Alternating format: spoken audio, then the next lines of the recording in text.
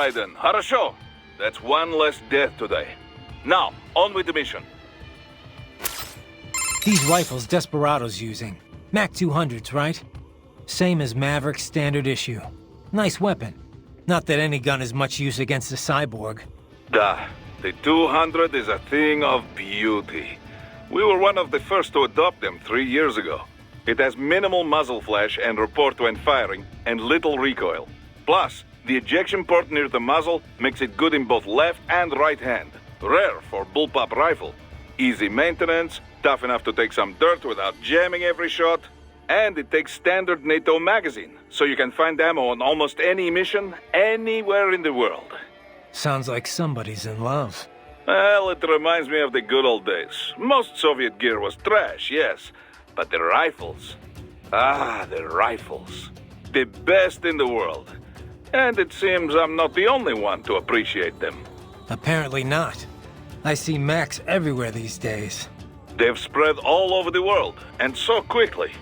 Still, I am sad to see Desperado using them against us. Well, not much we can do about it now. Such an elegant weapon, waved around Stado Pridurkov. Что вы столы? Okay, Boris, okay. Just calm down. Most impressive, Raiden. Yeah. Gonna have to do a lot more than float around like that to beat me. Indeed, indeed. So, now you are in Sukumi Old Town. Pretty much still the same as after war in 1990s. Looks like it. Make your way through town. You'll need to pass through an abandoned hotel to reach the hill. The hotel is serving as headquarters for cyborg forces patrolling the new city. Sounds like a blast. And why exactly am I walking right into enemy HQ? Well, it's not a stealth mission, eh? Striking them will weaken their entire forces. Besides, we don't want them stabbing you in the back. All right. At least I'll get to top off my electrolytes. This is the spirit. Trust me, it is easier than knocking on refinery front gate. Raiden, let's recap your route. Shoot. First, continue down the road you are on. An abandoned hotel is up ahead. This road ends at the hotel. Enter and you should be able to reach a hill from the roof. There are more Soviet ruins past that hill. Get through there and you will reach the rear of the refinery. Head for the hotel roof. Got it. Hey, Boris. About the Soliton radar.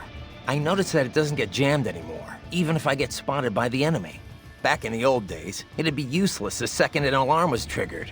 Well, once the Patriots fell, classified technology spread all over the world. This new Soliton radar is one example. By applying a non-linear Schrödinger equation to the Soliton solution, they were able to prevent the jamming that plagued the original models based off the KDV equation. I'm impressed. You know your stuff, Mr. President.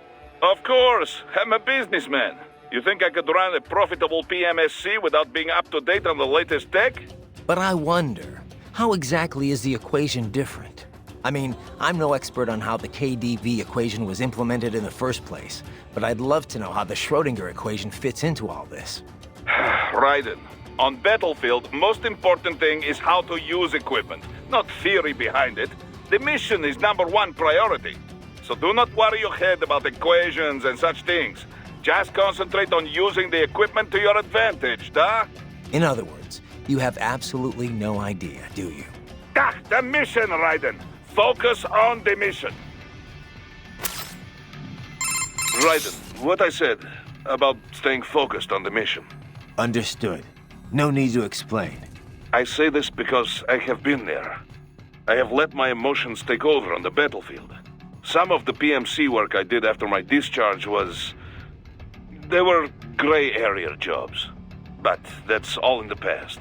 When I took on those former PLA soldiers to form Maverick, I laid out my conditions.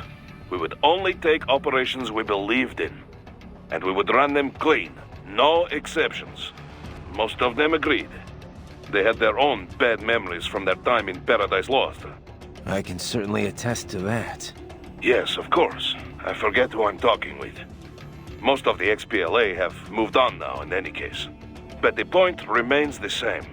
Everyone at Maverick is accountable for their actions. We are clear to take this job under international law. and we can use force against any cyborg hostiles under the basic rules of engagement. But remember, if we harm any civilians, on purpose or no, it will mean trouble. All kinds of trouble. So, stay in control and stay on mission. Got it. Didn't you say you'd been here before, Boris? Once, back when it was still Soviet territory. Seems like it'd be a lovely place, if it weren't a war zone. The Pearl of the Black Sea, they called it, back when more Russians lived there. It was a very popular resort spot for USSR. This is before the wall fell, of course. Then Russia and Georgia began to fight over the area.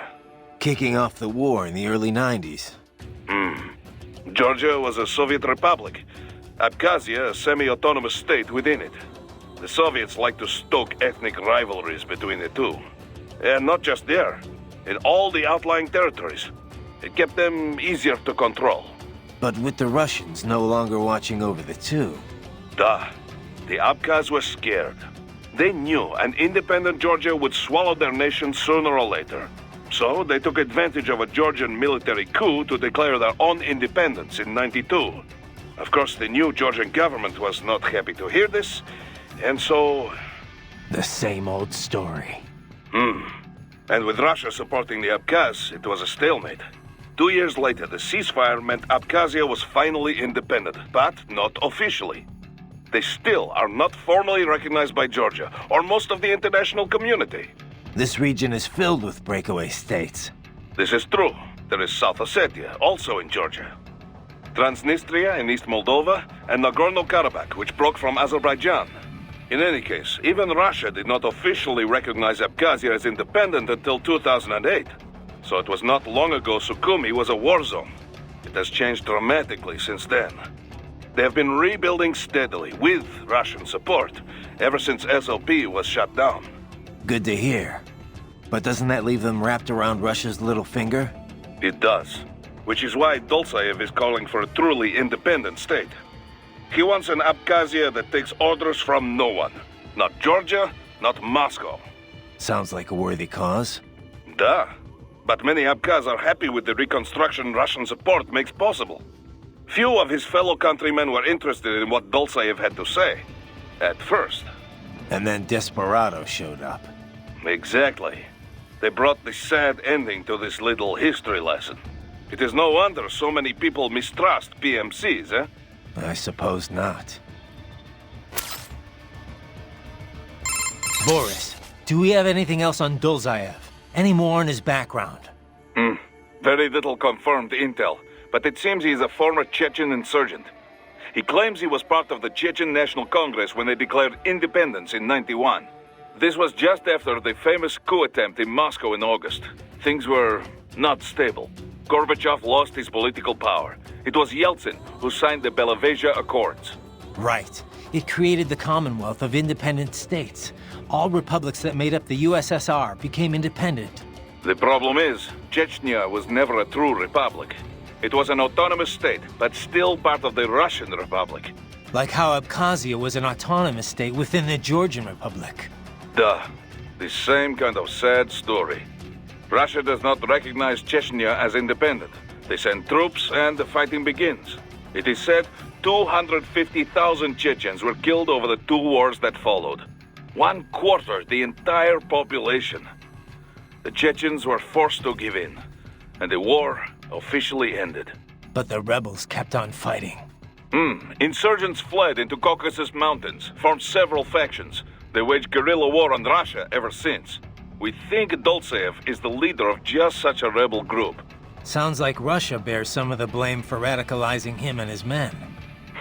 I love my homeland, but she is not perfect. What nation is? Just remember, this could all be smoke. We cannot even confirm Dolzaev is truly ethnic Chechen. Say he is, though. What would he be after here in Abkhazia? Some Chechen militants volunteered to fight for the Abkhaz in their war in the early 90s. But when Russia recognized Abkhazia to keep Georgia in check, they also began funding recovery. Which the Dolzaev crowd see as a play to gain influence. But wasn't the Chechen recovery funded by Russia? Duh. and many rebels believe this is why their people gave up on independence. Perhaps this is exactly why Dolzaev is here, to alert the people before it can happen again. But if the Abkhaz people are not interested in fighting, his plan could backfire. So in a way, it's Russian policy that brought him here. He thinks he's fighting to make these people free. Whatever his motives, no one elected him and no one gave him a permit for murder. Now that he is allied with Desperado, he is too dangerous to ignore. Boris, any idea where they're getting the money to fund this operation? Assembling this many cyborgs can't come cheap. Not to mention getting them all here. There are two questions we have about the money. Is Dolzaev paying Desperado out of his own pocket? And if not, then who is? Duh. We do not know size of Dolzaev's war chest, only that he has some funding. Insurgent does not always mean the dirt-poor guerrilla with the hunting rifle and homemade bomb. Some rebel groups are very well funded. In Arab oil nations, for instance. Right. They have benefactors who share the same ideology. There is also a chance some other party is backing Desperado directly, creating conflict for their own reasons, like the Patriots used to. Many groups stand to profit from wars, yes? Not just PMCs. Arms maker, contractor. Perhaps it is this kind of corporation behind him. The oil interests alone could make billions here. Duh. Already this violence so near the Abkhazia-Sochi pipeline is affecting markets. An interruption in the pipeline would shift the balance of power between the world's oil giants. Whether it's Dolzaev's goal or no, many groups stand to gain a lot of money from this mess. Raiden, I've been thinking. What Sundowner said. How peace in Africa was a problem for him. Do you remember? Yeah. Doesn't sound like somebody fighting for an anti-Inmani faction, does it? The Prime Minister definitely had his detractors. Anyone in that position would. But he listened to them, treated them fairly. There was no real injustice for the opposition to rally around. So the rival factions never got that popular or that well-funded. There's no way they could afford all this. But it does not make sense for Desperado to be acting alone here either. Even if they trigger full-blown war, there is no guarantee they would get the contract. Perhaps this is about natural resources? The last civil war was over precious metals. You think big business hired Desperado to shake things up? Who can say? At least it has not grown into a real civil war. Yet. We need to figure out who's at the root of all this if we're gonna end it. But knowing is only half the battle. It is the other half that will get you killed. Well, no matter what, this mission has a nice side benefit. Putting a dent in Desperado will screw whoever's backing them, too. Our focus is to help the Abkhaz people. But if we hurt those responsible for this on the way, well, so be it. These rifles Desperado's using. Mac 200s, right? Same as Maverick's standard issue. Nice weapon. Not that any gun is much use against a cyborg. Duh. The 200 is a thing of beauty. It has blast, easy, and... Well, it reminds me of they've well... such...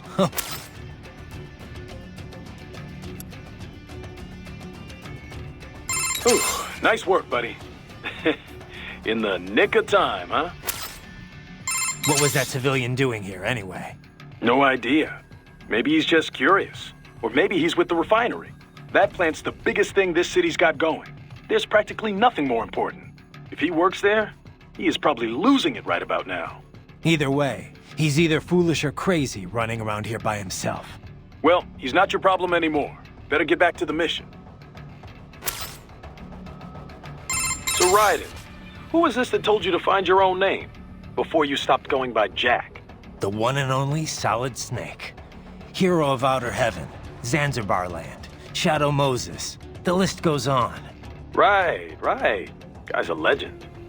I forgot you knew him so well. Yeah, he saved my ass at Big Shell. Not to mention a few times after that. I've lost count. In terms of pure combat ability, he's one of the greatest soldiers I've ever seen. But it's not only that. He knows what's right, and he just gets it done, period. No one can stop him. I've learned a lot from him. He'd kill me if he heard me talking about him like this. Wow. I didn't know you were such a fanboy. I thought you were gonna start crying there for a sec. Very funny, Kev. Seriously, though, did Snake know he had a stalker? Oh.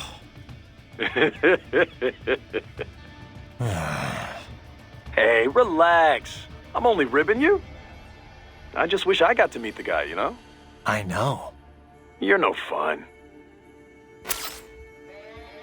Sounds like Imani was a pretty great leader. Such a goddamn waste. I've run cover for a lot of VIPs, but men like him are a rare breed. He had all these conflicting factors to deal with. Old tribal tensions, business interests, the military. But Imani got them all working together in a stable government, and all without firing a shot. The savior of a nation. No wonder they called him that. He had a gift, for sure. But he also put in the hard work. He was big on equality and justice in every aspect of government. He fought for it day in, day out. Imani single-handedly energized his people. He's a big part of why the country recovered so quickly. True. It was more than new buildings and jobs. The people had hope again. If only we had someone like him back in Liberia. Things would have been different, that's for sure. And it was my job to protect him. Raiden, come on. Imani wouldn't want me to go after Desperado. Not out of revenge, anyway. But he would want them stopped. And that's exactly what I'm going to do. Raiden, that saying you like about your sword being a tool of justice? Yeah, it's why I fight. Sometimes taking a life saves others. A life, or 2, or 3, or 40 in your case, but I know what you mean. Besides, it's not like those cyborgs you're fighting have been brain-jacked. Wouldn't be much point in sending jacked cyborgs. True. Having someone pilot a body remotely only really makes financial sense for espionage missions. And you might as well use UGs if you're gonna let an AI control your soldiers. So yeah, they're probably using emotional restraints, but those cyborgs are fighting of their own free will. Starting to see where I'm coming from? I get it, it's just... you didn't used to seem so comfortable with the idea. What about what Sam said? About your ideals holding you back? Ah, bullshit. He's good, but now I know how he moves, how he thinks, and I've got my new body. My philosophy says when and why to fight, not how. It won't keep me from beating Sam. And next time we meet, I will beat him. I'll kill him, and I'll do it to save others from suffering, with my ideals intact. All right, Raiden. One thing I can't stop wondering about, Kev. What's up? Sam. If he wanted to kill me back on the train, he could have, easily.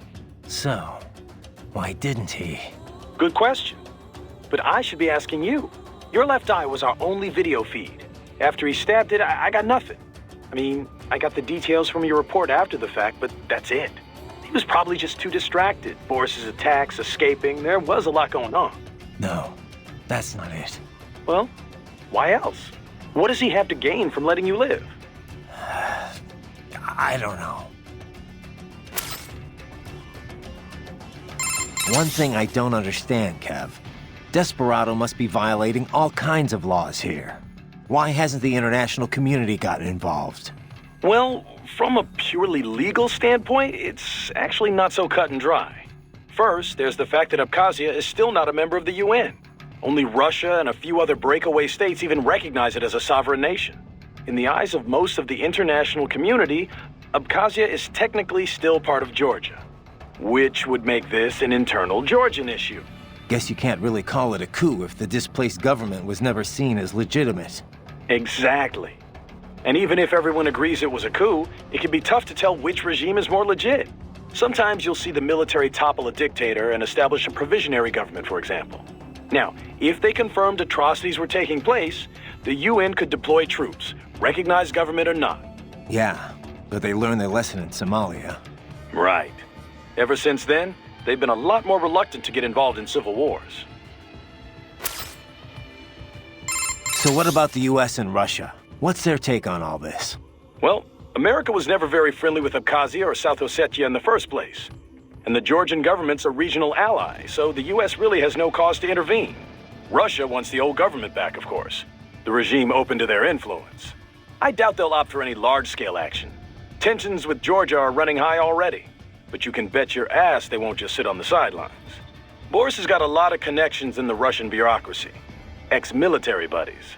The Abkhaz are officially our clients, but I'm sure it's Russia that chose us. Maybe footing the bill, too.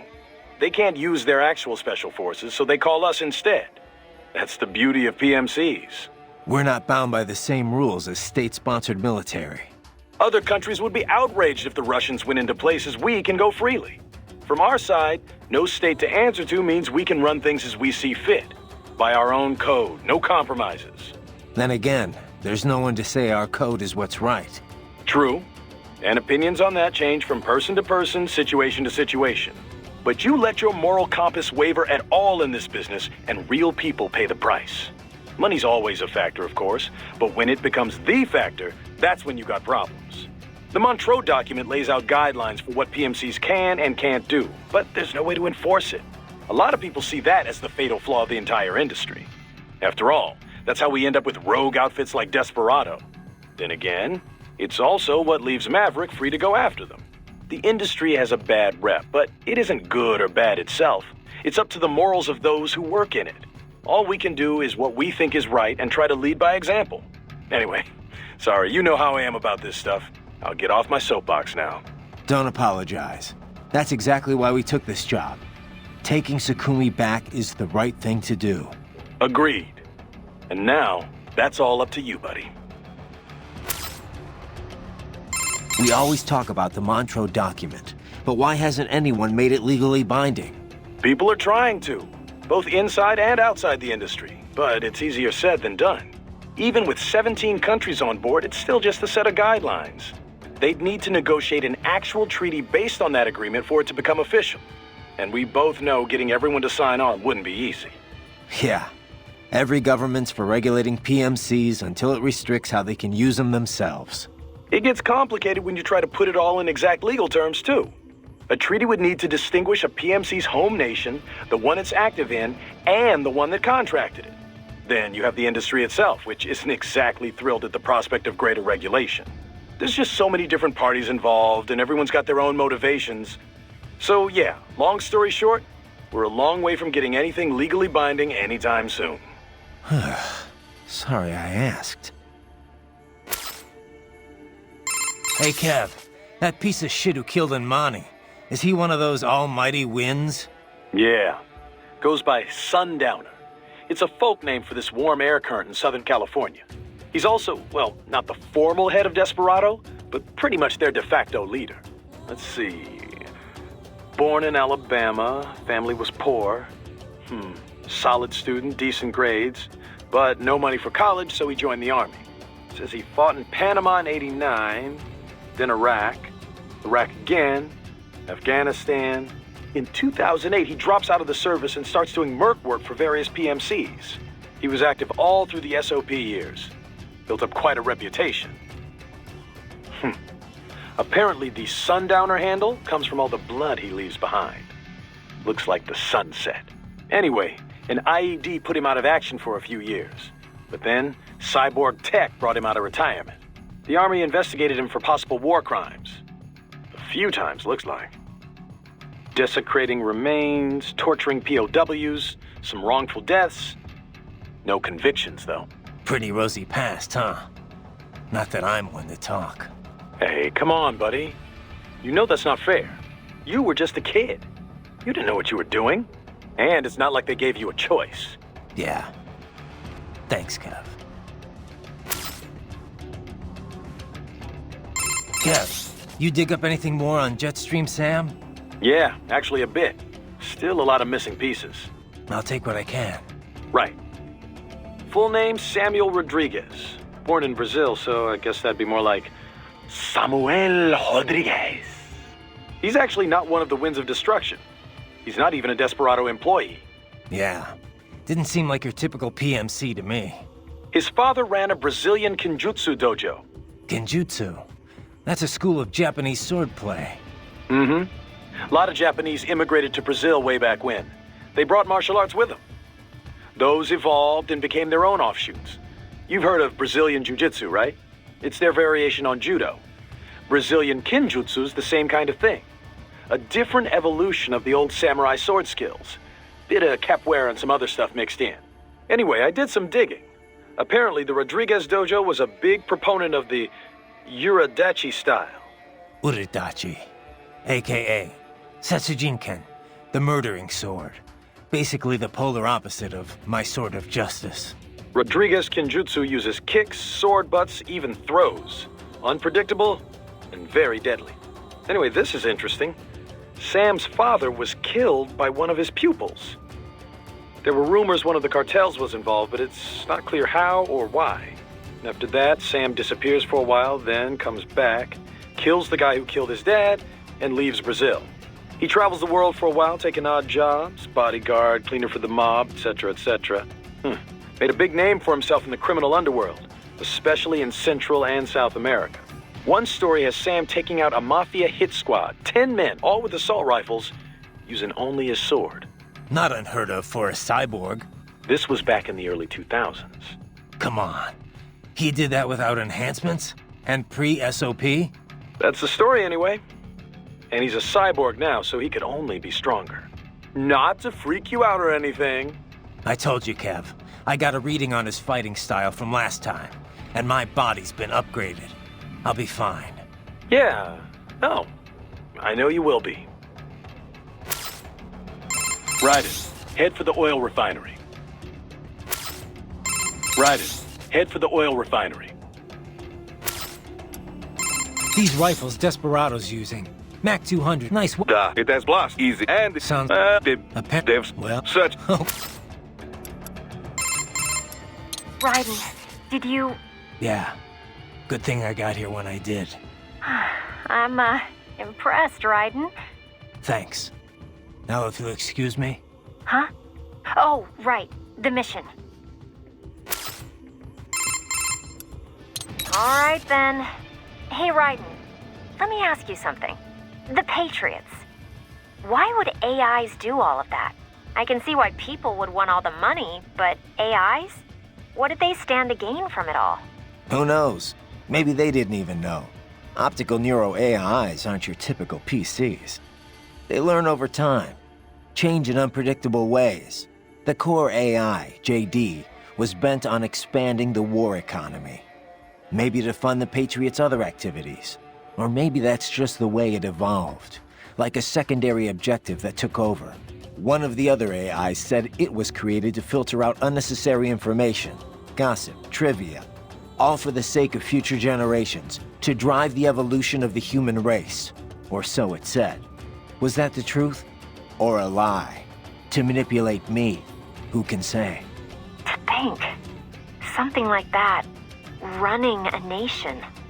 And America, no less. It's terrifying. Thank God they were all destroyed. But did it really change that much? Maybe not. Contractors still gotta eat after all. Soldiering for hire's always been a risky business. But at least before it was good money. There was a decent chance you could get rich and retire early. All that disappeared during the SOP years. Demand was high, but the workforce was flooded. More and more soldiers were willing to work for cheap. It got so you'd have to work years before you could even pay back your initial training and insurance fees. Yeah, I can see Sundowner's point. The global recession certainly didn't help. Unemployment shot up across the US and the EU. Even if contractors gave up and packed it in, there weren't any jobs waiting for them back home. The irony is the recovery was all war-driven. It wasn't a general recovery at all. Not only did globalization exploit the poor countries, but it crippled first world employment too. And SOP's gone. But now we've got these PMCs that are basically mobsters. Just thugs in uniform. Yeah, not a pretty picture.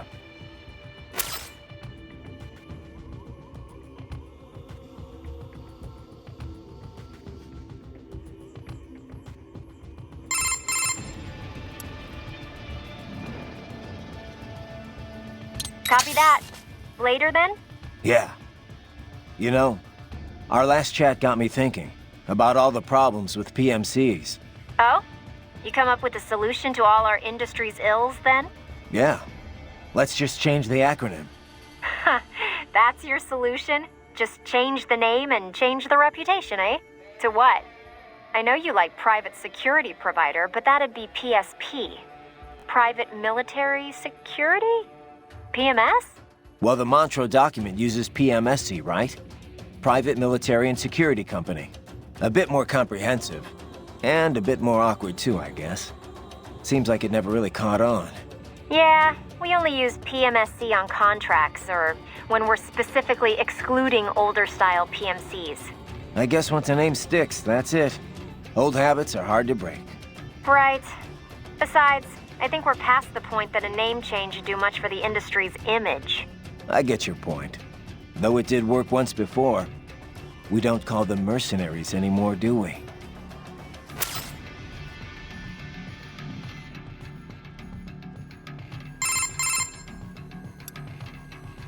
By the way, Raiden, we're not picking up any EXIF codes here either. They're all unaffiliated. Makes sense. We're enemies. Desperado's EXIF code won't match ours, and vice versa. How much do you know about how EXIF works? Not much. Just that it comes up as a positive match for friendlies and unaffiliated for anyone else. Which could be friendlies or neutrals not broadcasting the same code for some reason. Say a damaged transmitter or signal interference. But 99 times out of 100, yeah, it's an enemy. EXIF is based on the IFF radio system aircraft use. Stands for Expanded Identification Friend or Foe. Too bad it only actively IDs friends and not enemies.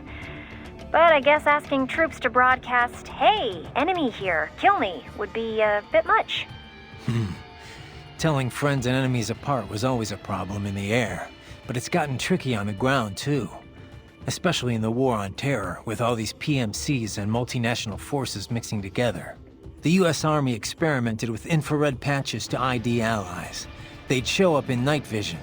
Then SOP came along and offered a more efficient method? Right. SOP's gone now, but its ID protocol is still used all over. ID chips and dog tags, transponders required on all vehicles, aircraft, UGs, cyborgs, you name it. But if everyone's using the same basic system, how do armies hide their info from the enemy? Heavy-duty encryption, for one. The chips also use a hybrid cross-spectrum system to transmit the data. Without the proper key, it's hard to pick up the signal in the first place. PMCs typically only share their codes with nations or other PMCs they're working with. What happens if they end up on different sides later, like in a separate conflict? They just generate a new code and encryption key. The point is, EXIF is required on all combat units, but it's pretty easy to hide the signal. And 99 times out of 100, unaffiliated means it's a hostile? Right. Just like with IFF and aircraft. You're a quick study, Courtney. Nice history lesson, Teach. Now, if you're done, I think you have a nation to save. Just a little on-the-job training, Kev. Riding out.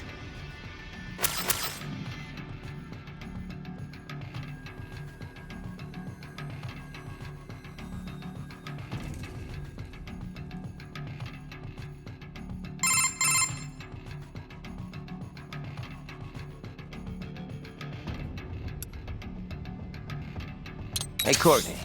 Have you ever tried Abkhazian cuisine? Georgian, yes, but, I mean, I don't really know much about Abkhazia, so it'd be nice to try it, though, since we're this close and all. Huh. Even you haven't tried it? Now I'm really curious. What do you mean, even me? Well, before we head to any new country, you always hit up local spots that serve their cuisine, right? You know, your little research trips. Oh, come on! Not always. I just think it's interesting to compare local interpretations of ethnic food to the real thing. Plus, it's a great way to get familiar with a big part of any nation's culture. That's all. Okay. But no time for research this time around, huh? Well, like I said, I've had Georgian food before. And most of the Eastern Bloc sees Abkhazia as just another part of Georgia. But yeah, really tasty. They had this incredible cheese bread. Ugh, and the wine. Georgian wine is famous, after all. Though I hear you won't find it in Russia. They say most Abkhazian cuisine is closer to Turkish food than what you'll find in the rest of Georgia. Apparently only their wine resembles what they serve in Georgia.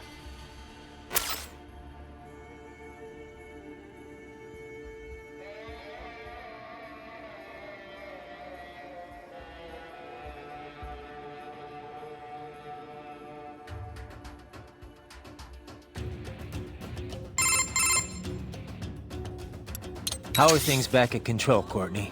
Things? Things are fine. Same as usual, I guess. Russia is... Russia. Not that I've left HQ much to see anything, really.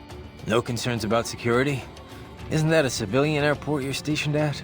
Sochi International, yeah. But we're fine. We have our own cyborg detail on the job. Plus, any trouble and we can just take off. Literally. One of the perks of housing your HQ in a giant transport plane, I guess. Now, if anyone wanted to mess up this op, they'd have a much easier time coming after you directly. I'm not so sure. Have you seen this new body in action? It's amazing. It's ready for anything. Unless they... Oh, Raiden, yeah. Your body? It's so amazing. Very funny. Yeah, you know what I meant. Oh, is it getting hot in here? Or is that just your body in action? All right. If you're done, I'm going to get back to the mission. Okay, I'll stop. Thanks. For a guy with a bod like yours, anytime.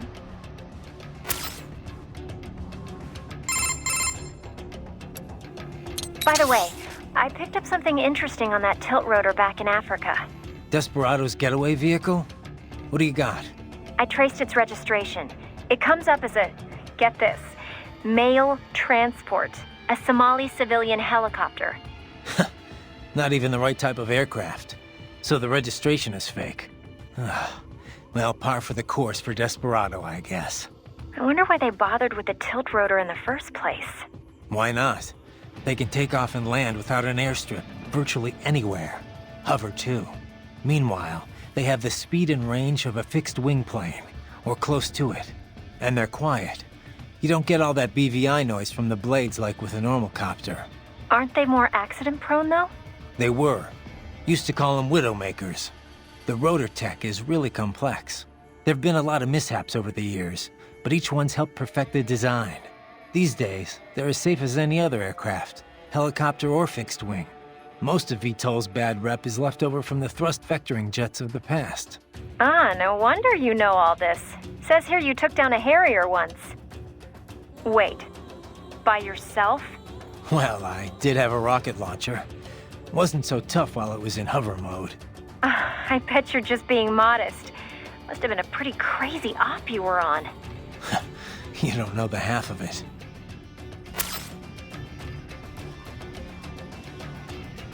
What's up? No? Did you need anything else? No, guess not. Just wanted to hear the sound of your voice. Oh, save it for your wife, Raiden. Raiden, allow me to give you a recap of visual augment mode. Why? Is it different from my AR display? We'll get to that in a moment. Modern tech gives us the ability to display assorted information streams visually. This is accomplished by interrupting the data flow from a cyborg's optic nerves. This is referred to as AR, augmented reality. That's how I can see my Soliton radar and who I'm talking to on the codec.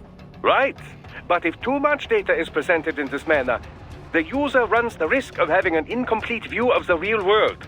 Yeah, the codec window's got a bad habit of getting in the way when you drop into chat. Of course. Typically, I'd simply call, leaving it to you whether or not to respond. In an emergency, however, that just wouldn't do. Define emergency. Anyway, cyborg AR designers try to keep the interface as unobtrusive as possible. But there are times when one really does need all that data on display. This is where augment mode comes in. Now, I know it sounds a bit like augmented reality, but just think of it as an additional dimension to AR. Okay, fine. So what's it do? It uses local Soliton radar and XIFF data to do things such as analyze and display enemy position and numbers. It also has a starlight scope and thermal goggle functionality for a host of night vision capabilities. The entire image is digitally processed, making it much easier to read than earlier thermal goggles. Yeah, I'd noticed that.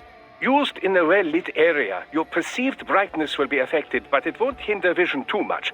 The same type of sensor is used for all functionality. The data sent out by each one is merged together as part of the digital processing. All you need to worry about is turning the individual functions on and off. Simple, yes? Sure, Doc. Simple.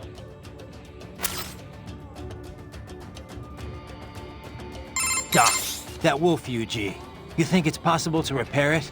Why do you ask? Just curious. Well, normal brain tissue degrades starting approximately 3 minutes after the heart stops. With neural AI, however, the spin of the internal electrons is retained even after electric power is cut. Assuming there is no damage to the actual AI hardware itself, yes, repairs should be possible. Okay. Whatever state it is in, I would certainly appreciate it if you could bring it back with you. I'll see what I can do. But the mission takes priority. Of course. I would never suggest otherwise. But let's just say this thing is what it claimed to be. You think there are other intelligent UGs out there? Because if that's the case, I've got a feeling future missions are only gonna get rougher. Indeed. Dozens of UGs chatting away on the field would be enough to drive anyone to distraction. Neural AIs are not von Neumann computers, keep in mind. Structurally, they are closer to human brains. Hardware and software are indivisible. The learning data can't simply be transplanted to other AIs. So it can't be copied or backed up either. Normal UGs must be taught individually. This entails streaming provisional, audiovisual, and body sensor data until it's ready to be shipped out. This process can be sped up by increasing and improving processing speed. But I have no data on how long it would take to train such an AI how to converse. I couldn't even tell you if there's a training program established for such a thing in the first place. If it is indeed a prototype, it likely learned and honed its skills via the process of trial and error. So it's unique. I cannot say with certainty, but I have not heard of any UG like this before. I would imagine that it was telling the truth when it called itself an experimental prototype. There may be others. Or perhaps it's the only one in existence. Glad we narrowed that down then. That was a hammerhead, right? I know it's the first canard rotor wingcraft to go into general use. Capable of taking off vertically like a helicopter with a fixed wing mode for speedy flight. A jet nozzle on the rotor provides the propulsion that spins the rotor and keeps the craft hovering. During flights, the rotor is fixed, becoming the craft's main wing. The tail wings and canards, the wings on the far front, provide lift while the craft is changing modes. Pretty wild. And the hammerhead's the only one out there. The design began as DARPA-funded research. The craft they designed could take off and hover well enough, but they could never figure out how to handle going over to fixed wing. The project was cancelled in 2006, but AT Corps apparently picked up where they left off. Sounds like a troubled development. But worth the effort. Unlike a helicopter or tilt rotor, the machinery spinning the rotor is exceedingly simple. Not only does it cut down on weight, but maintenance is made easier. In fixed-wing mode, it is no different from any other jet aircraft, giving it a decisive speed advantage. I must say it's well suited as an escort to a tilt rotor, too. I can see you're a fan. Oh, I'm a fan of anything imaginatively designed. As a scientist, it pushes all my buttons, one would say. In terms of innovation, it shares a great deal with the Triebflügel, a World War II-era German concept craft. It, too, utilized the tip-jet concept. Doesn't look like it has any business being in the air, though. I'd be kind of nervous riding in one. Oh, but that's just what would make the ride such fun, no? I'm a firm believer in the case for more pie-in-the-sky experimentation like this. We live in an age of UGs, after all. We don't even need test pilots. No one's gonna get on if it crashes, Doc.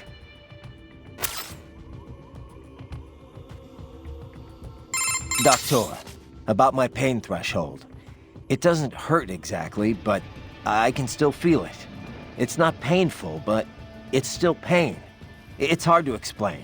Well, your nervous system is still fully intact, of course. It would be dangerous for you to be entirely unaware of your body taking damage. Instead, your nerves are controlled such that pain is no longer so unpleasant.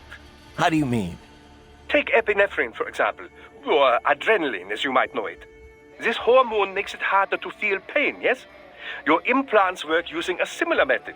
Yet, for all we now understand of the nature of pain, much of it remains a mystery. How so? Well, why do we feel pain? Evolutionarily speaking, of course, to signal external injury or internal sickness. If the body is threatened, pain notifies the brain so it can take steps to ensure survival. In other words, pain has a clear and logical purpose. But in certain cases, pain can drive more unconstructive behavior. In situations where fight and flight are both still options, one might simply break down crying or drop to the ground and begin writhing about. This would appear only to diminish one's chance of survival, not increase it, yes? Maybe there's some other factor at play. Well, the most common theory would link pain with the societal nature of humanity. If no friends are close by, then experiencing pain might indeed reduce your likelihood of survival. But if allies are near, these expressions of pain serve as a plea for help. Thus, you are more likely to live. Fear of pain might also discourage one from entering a dangerous situation in the first place. Whatever the reasons, the data clearly shows that survival rates rise directly with sensitivity to pain. The converse is also proven. Those less able to feel or express pain have a lesser chance of survival.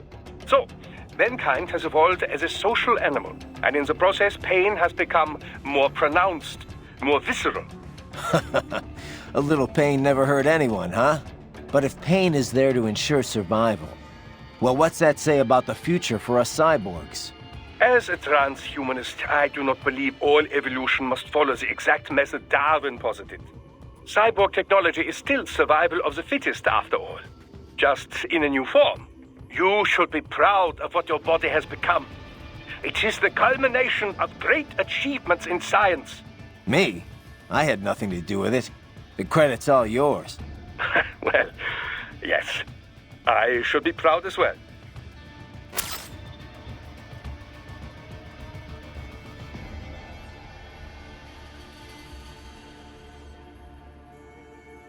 Doctor, about my fuel cells, the electrolytes.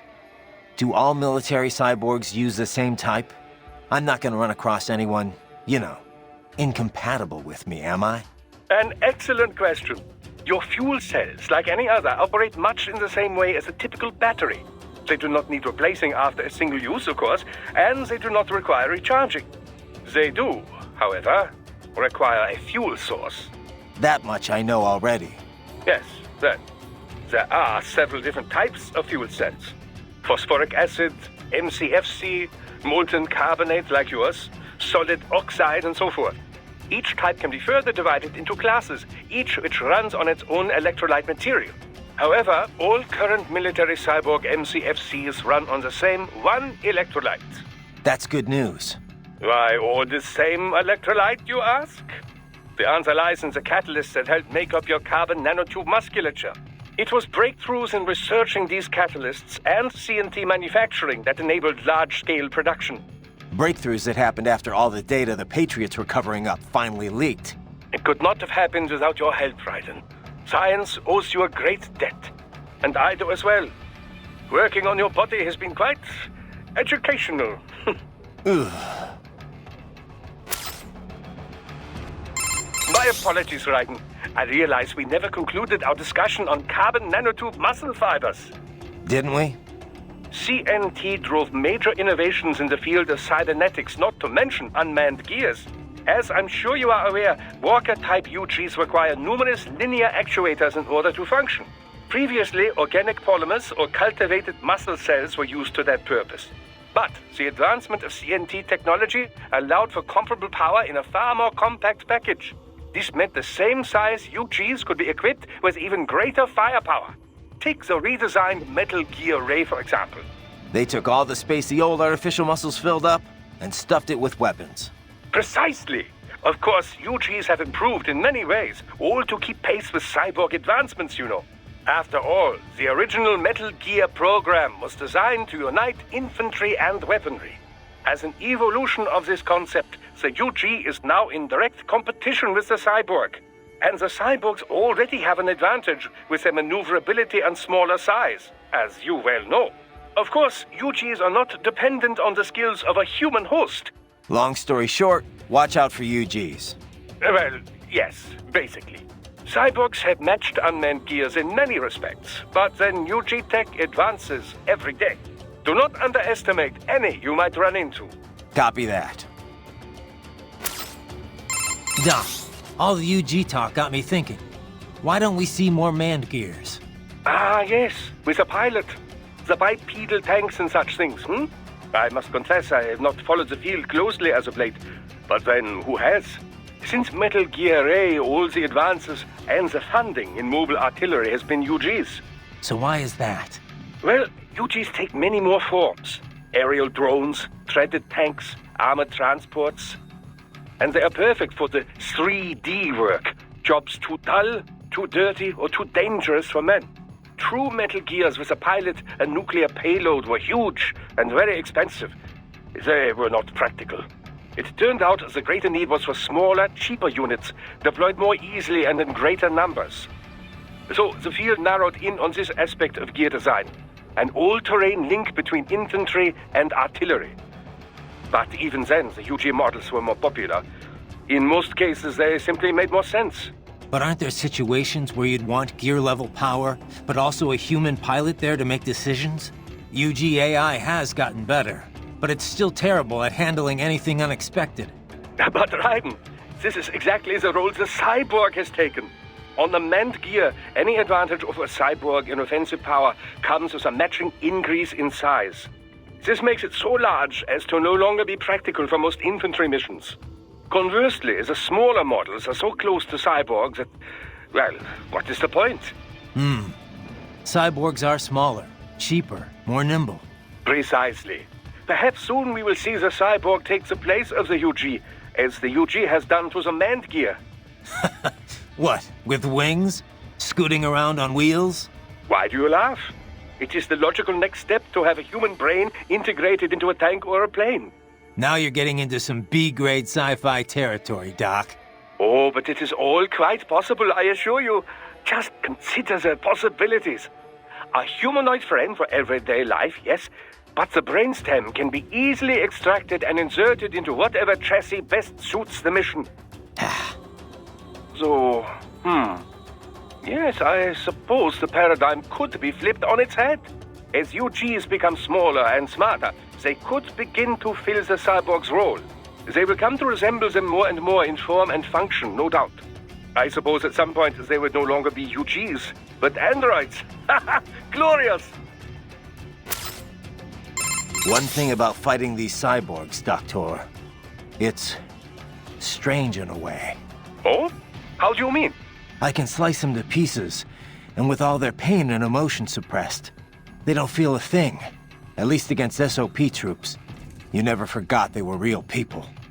But these cyborgs, it starts to feel like I'm taking on unmanned gears, robots, not living, breathing men.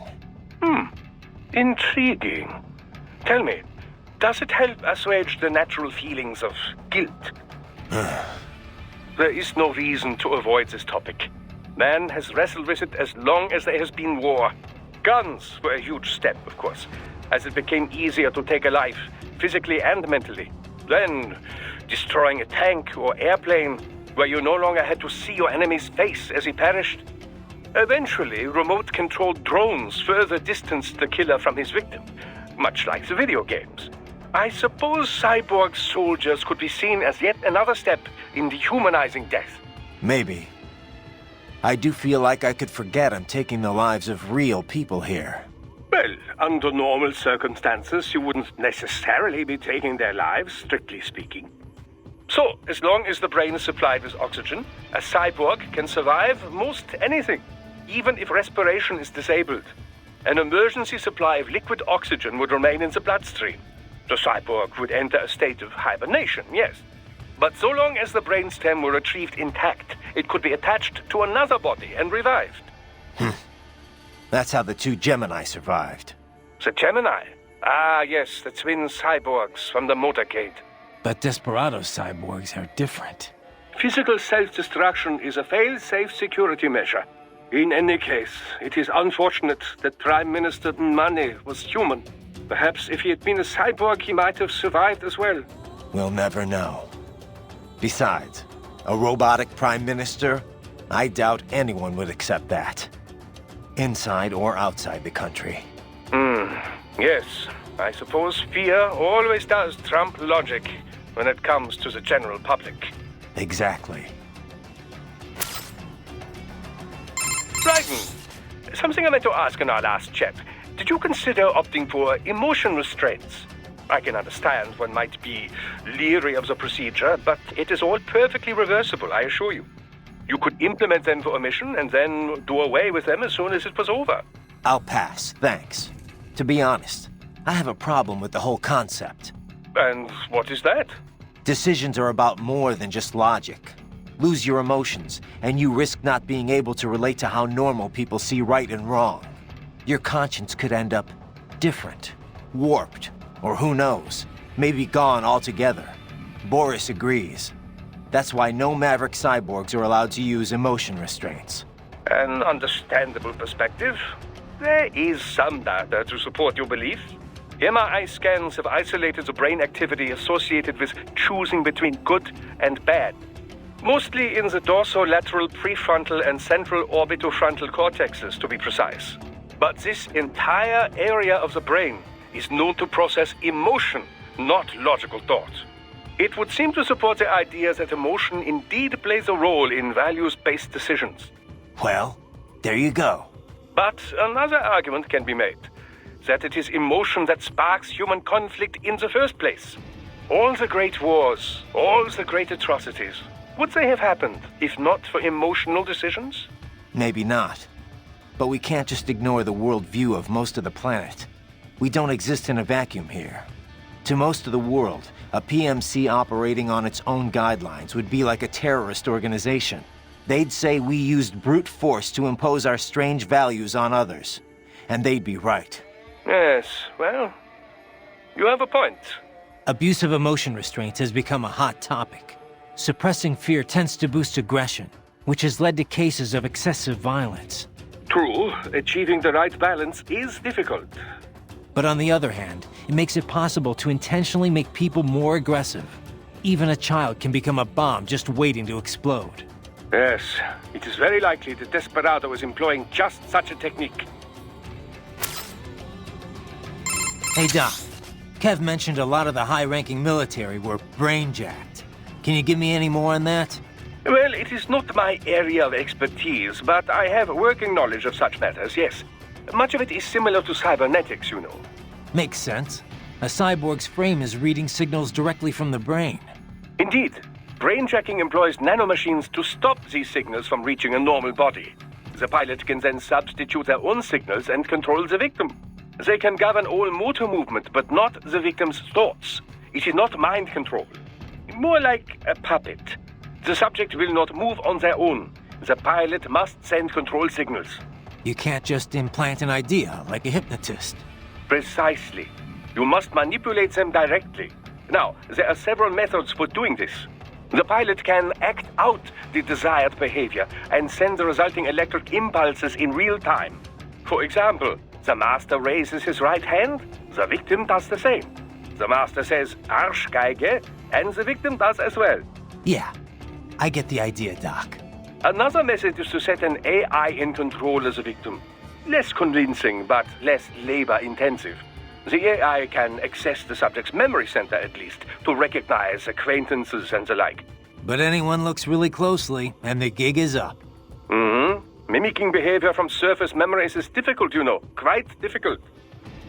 AIs are still very poor at replicating more subtle cues, such as the manner of speaking. As a result, often the victim can barely pass as a human, much less any certain individual.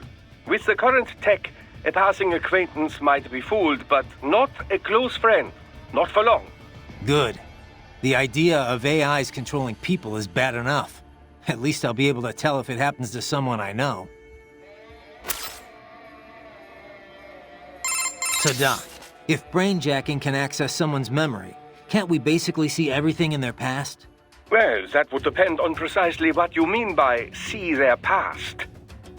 The brain does not store every single detail the senses take in, you know. It records highlights, further simplified into a highly symbolic form, all to lighten the amount of data. We know how the brain reacts to what it was previously aware of. We can even gauge the emotion provoked. But reproducing memories? No. I've seen little progress in research to this area. But say we directly linked my brainstem with the nanomachines of a brainjacking victim. Couldn't I read their memories? There have been attempts at such things, but it is not so simple, you know. The connections between successive memories make up one's identity. If you disturb that, for example, say we remove all memories you have of being yourself and replace them with my own. Yeah. You would feel you was a great Dr. Wilhelm Vogt. You would behave very similar to how I do. However, what if instead you kept your own memories and we added mine to them? You would feel you are both Raiden and Wilhelm Vogt. Suddenly your memories would not lead one to the next. You would be confused, disoriented, without a sense of which man you were, and thus how you should behave. So, you see, the very concept is not practical for most military applications. In trying to read an enemy's mind, you would, in a sense, become that enemy. You wouldn't know which side you were fighting for. Precisely.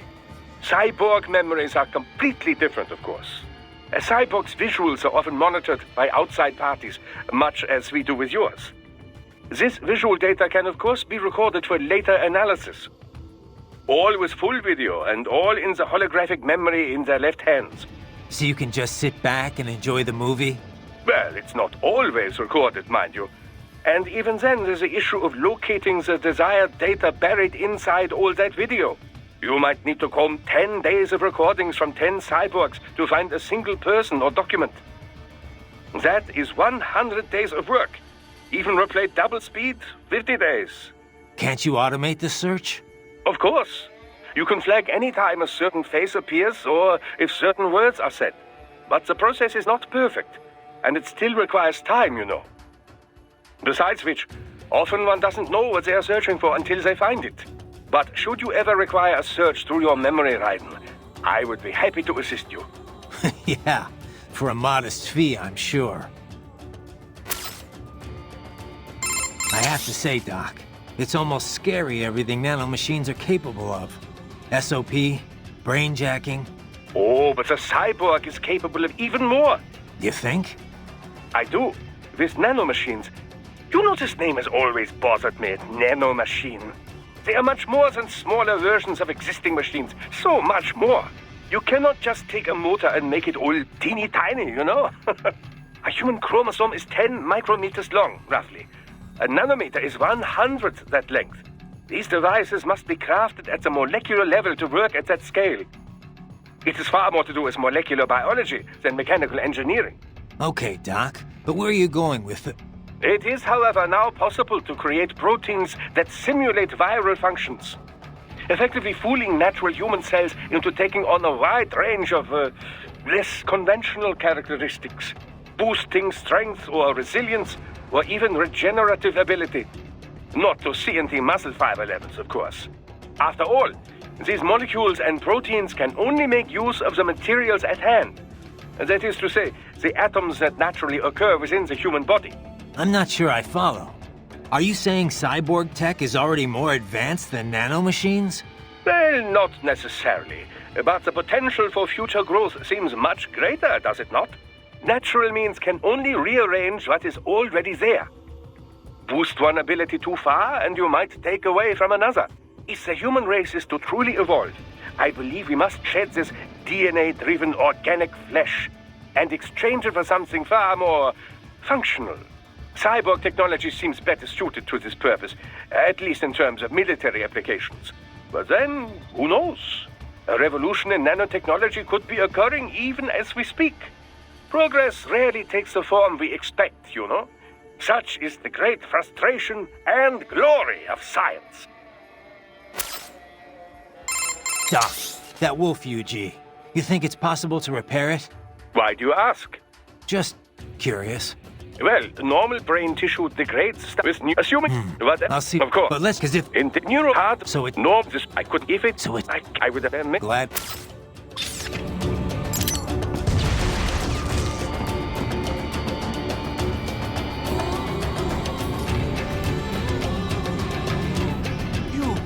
You saved my life. Thank you.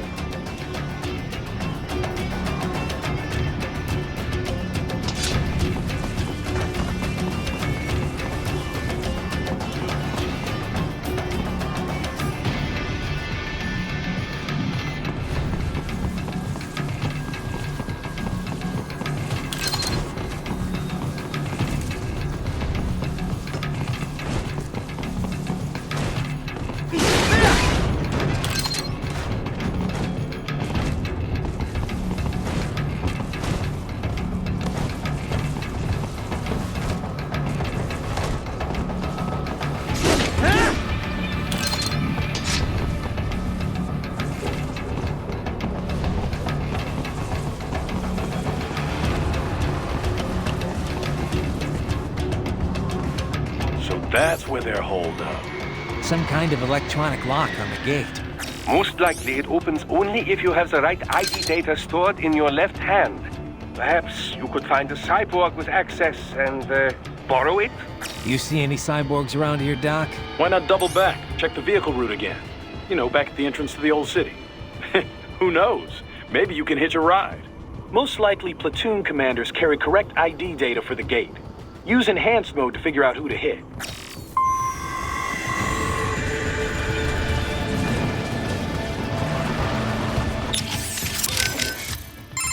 So I get past the gate and into the hotel. Then what? This road ends at the hotel. Enter and you should be able to reach a hill from the roof. That hotel was used by the nomenclatura, high-ranking Communist Party bureaucrats. All destroyed now, of course, but in Soviet days, full of luxury. Anyway, you should be able to reach a hill from hotel roof. There are more Soviet ruins past that hill. Get through there and you will reach the rear of the refinery. Head for the hotel roof. Got it. So I get past the gate. Anyway, there are... Head for... You'll need to score an ID if you want to get through that gate. Head back to the old town entrance. What's up? No? Did you need... No, just one. Oh. The enemy cyborg's ID information is embedded into the memories in their left hands. Most likely that's what the gate is scanning for. Depending on your ID, you would only have clearance for certain gates. Convenient. No more fumbling around with a pocket full of card keys. But you must cut off a left hand before it explodes, or else the ID will be erased. And then it's back to square one.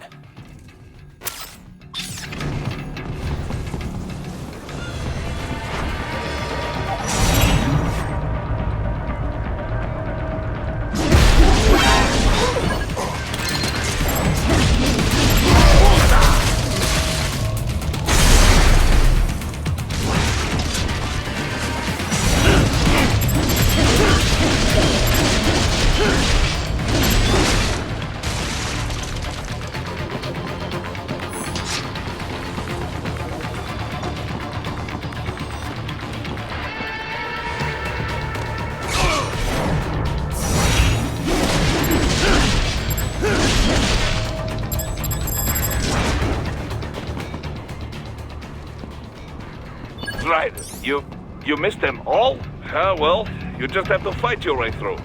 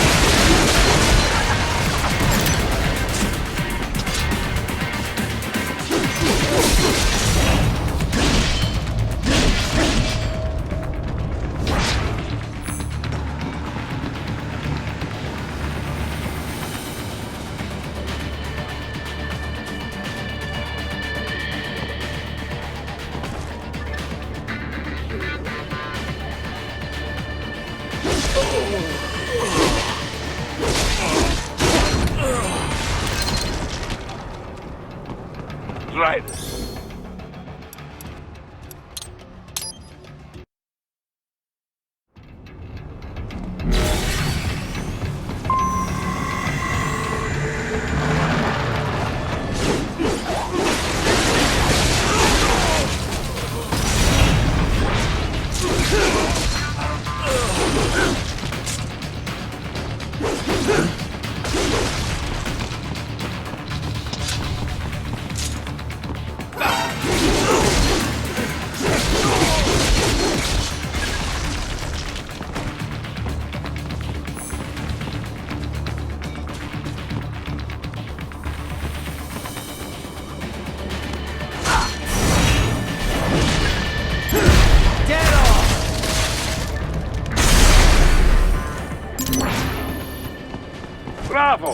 Excellent work.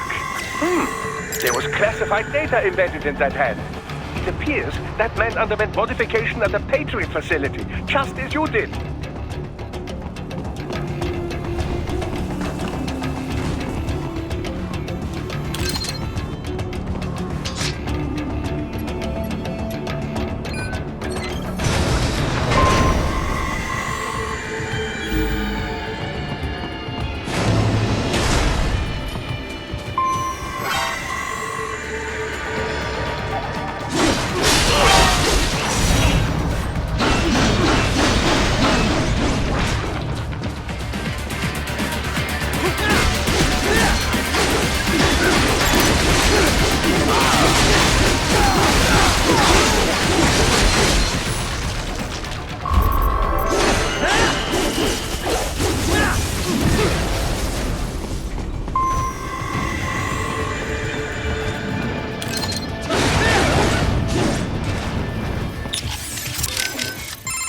So I get past the gate and into the That all this anyway. There are head for...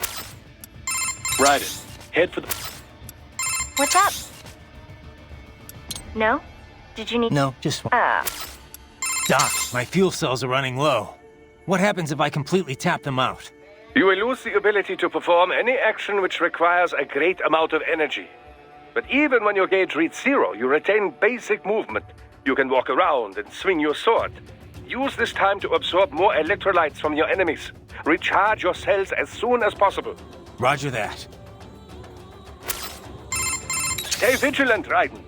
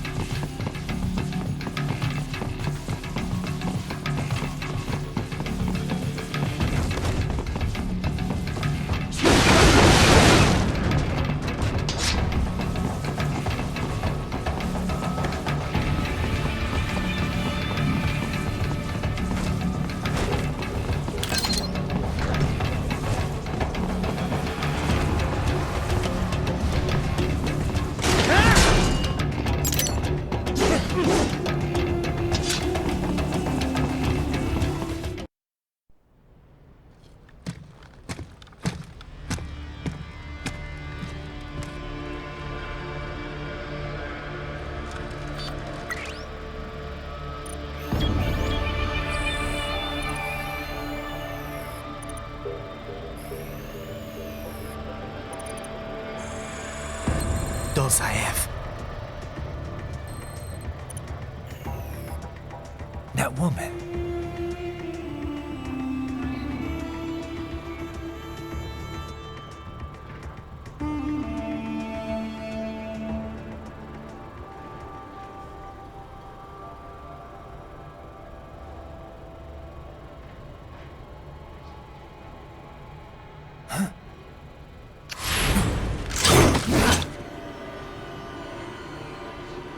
Raiden, what's happening? Your heart rate spiked. Yeah, I just dodged a bullet. All right, I'm heading for the refinery.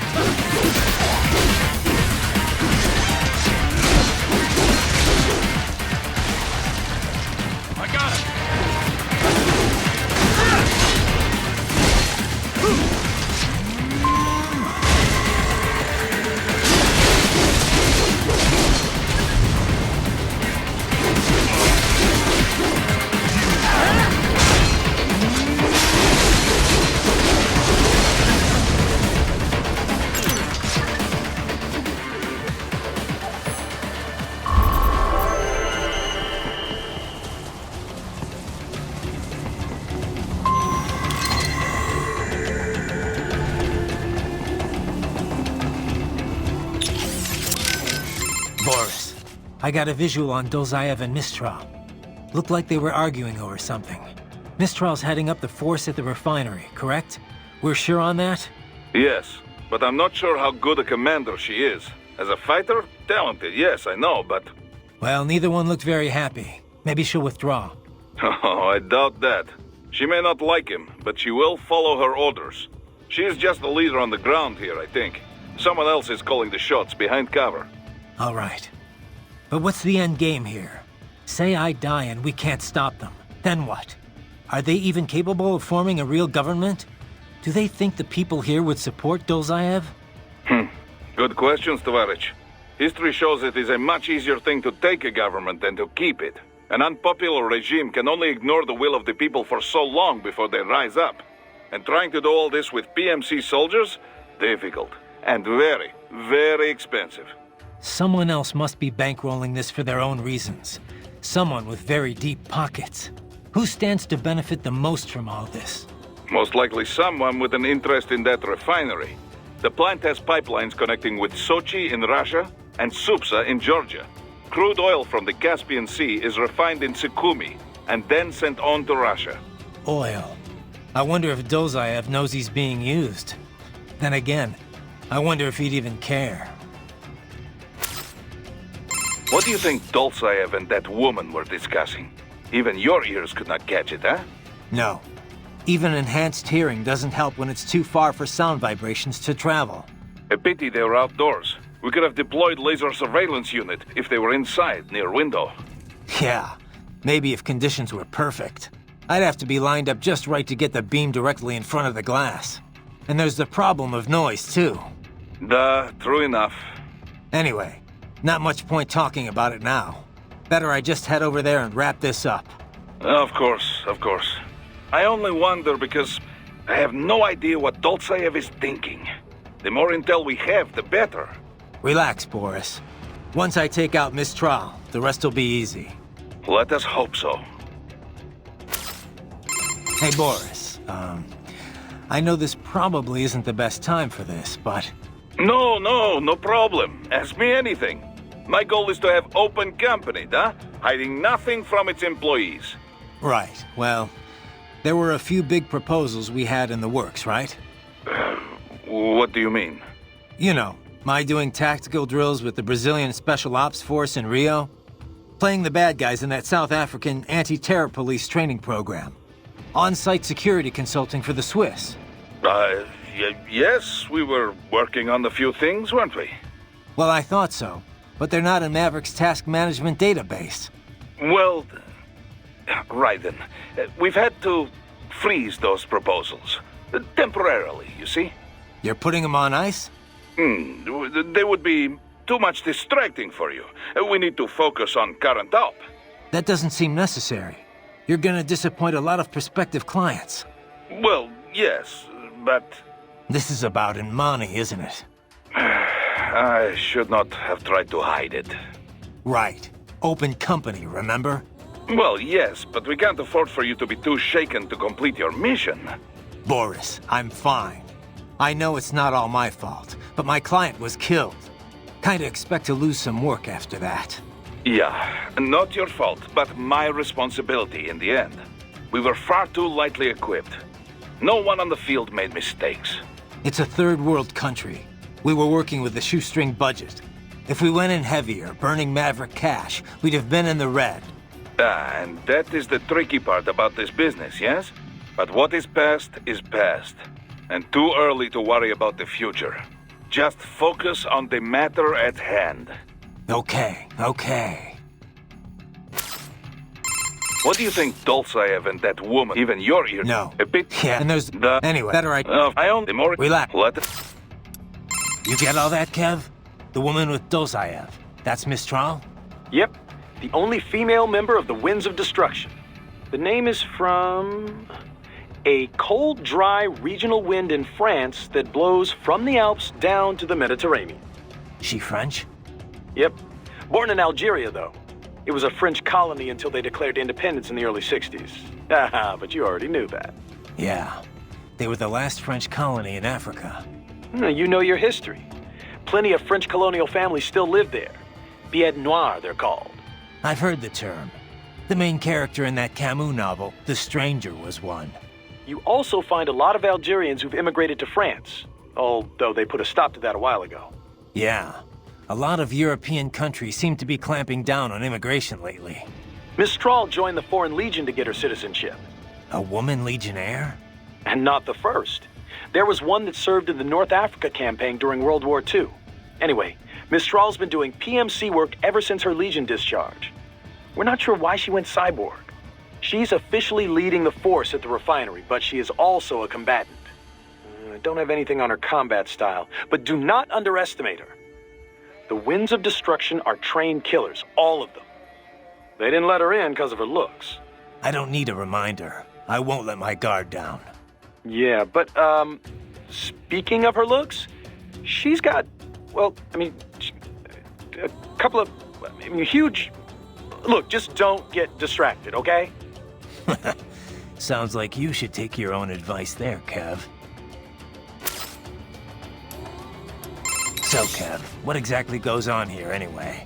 I mean, obviously refining oil, but what else involved with that? How careful do I need to be? Skip that week in science class, huh? All right, how much do you know already? Just the basics. They take crude and refine it into gas and stuff. Other usable fuels, right? Well, yeah, and stuff. Kerosene, liquefied petroleum gas, naphtha, jet fuel. Naphtha? The raw material for ethylene, which is then the raw material for polyethylene and other plastics. Crude oil's used for a lot more than just fuel, you know. These days, it's the core component of just about every chemical product. Okay. Crude contains a lot of molecular hydrocarbons and impurities. The refinery distills and extracts these hydrocarbons at their different boiling points. Once the impurities are removed, what's left can be used to make gasoline and so on. Right. So, pretty much exactly what I said in the first place. Oh, well, if you know all this already, I guess we're done here. I could use a bit more detail on... All right, cool then. Kevin out. Hey, Kev. You have anything on that sword Sam was using? Didn't seem like your garden variety high-frequency blade. It's not. It's a samurai sword. The real deal. 16th century make, handed down in his family ever since. Sam had it recast as a high-frequency blade. Doesn't say by who. Is this something I need to worry about? Maybe. You know the basics of sword making, right? The harder the metal, the better it cuts, but also the more brittle it is. So a sword's gotta be sturdy, but also just pliable enough to absorb shock without breaking. Walking that line, striking that balance, that's what makes sword crafting an art. Japanese swords fuse different types of iron, each with different amounts of carbon. Different levels of flexibility, in other words. So the blade can be tough and razor sharp. And that gets multiplied when the sword gets the HF treatment? Yeah. Basically, the high-frequency upgrade sets the blade vibrating really, really fast, right? That vibration acts on the electron shells of atoms in the sword and the local electromagnetic field. When the EMF achieves resonance, the blade's bonding is strengthened. At a quantum level, it's like the entire sword is made up of the exact same particle type. It also disrupts any atoms it comes into contact with. Say, those that make up the target. Their electron clouds shrink from exposure to quantum decoherence at the Planck scale. In other words, it electrically severs the bonds that keep the target's atoms together. You lost me around the EMF part. And that's the dumbed-down explanation. To be honest, even I don't understand all the details. Point is, an HF upgrade is like an amplifier. It multiplies what's already there. So Sam's badass blade might give him the edge. I mean, you know what I mean. The original sword was really that good? Sounds like it. Says here it's a Murasama blade. Murasama. Sounds familiar. One of the top 10 best-known sword makers worldwide, easy. In Japan, he is legendary. They say his swords thirst for blood, that they choose who will wield them, you know, that sort of thing. Ooh, now I really am scared. I know, right? Raiden, head for the oil refinery. Raiden, you need to save? Did you catch all that, with Dolzaev and Mistral? Yeah, I was monitoring the whole time. Dolzaev's not really what I expected. I've seen his file, plenty of photos, but I guess I expected someone more, I don't know, threatening? Didn't seem too friendly to me. No, I mean, you hear terrorist, you think of some cold, calculating professional. Dolzaev looks more like some guy off the street. Cold, calculating professional types don't usually bother with terrorism. It's too risky. Most terrorists are ordinary people, radicalized one way or another. Yeah, I guess so. Of course, that doesn't make what they do any easier to forgive. What about Mistral? What'd you think? Well, she's certainly attractive. Probably an artificial face, though. I'm guessing most of her is artificial. Roger that. So Mistral's from Algeria. Have you ever been? No. You? Once, for a consulting job. Pretty short trip, though. I hear it's pretty safe there now, compared to how things were at the start of this decade. Yeah, I was able to slip a little sightseeing in. Pretty nice spot for a vacation. Kind of hot, though. 80% of it's the Saharan desert, and wow, it was just like you'd imagine. So much sand. You could easily imagine camel caravans trekking beneath the early evening moon. It was like something from another world. Yeah? I thought only a sixth of the Sahara was sandy like that. The French carried out a bunch of nuclear tests there too, I remember. But once you reach the Mediterranean coast, it's a totally different place. All these white-walled buildings framed against intense blue sea. It's a really stark contrast. Were you in Algiers? I know that the capital looks a lot like that. Yep. The local cuisine's totally French-influenced. I'll never forget this one lunch near my hotel. A baguette sandwich and a café au lait. Simple and simply unforgettable. Oh, there were a bunch of sweet shops in town, too. High-quality European candy, but so cheap. Sounds like you ate your way across the country. Well, food's an important part of local culture, you know. Oh, and speaking of which, the seafood. I didn't expect to see Mediterranean fish in African cuisine, but it was also fresh and flavorful. They'd fry up small fish whole, then drizzle them with lemon juice. I could have eaten that all day. Sounds like a lot of calories. I tried to stay active, you know. Hey, did you know my visual analyzers can tell me how much someone weighs? Yeah, I'll have to talk with Doc about disabling that one. Raiden, what you said before about your sword being a tool of justice, I just want to say I agree 100%. I wish all PMCs thought that way. Glad to hear you say that.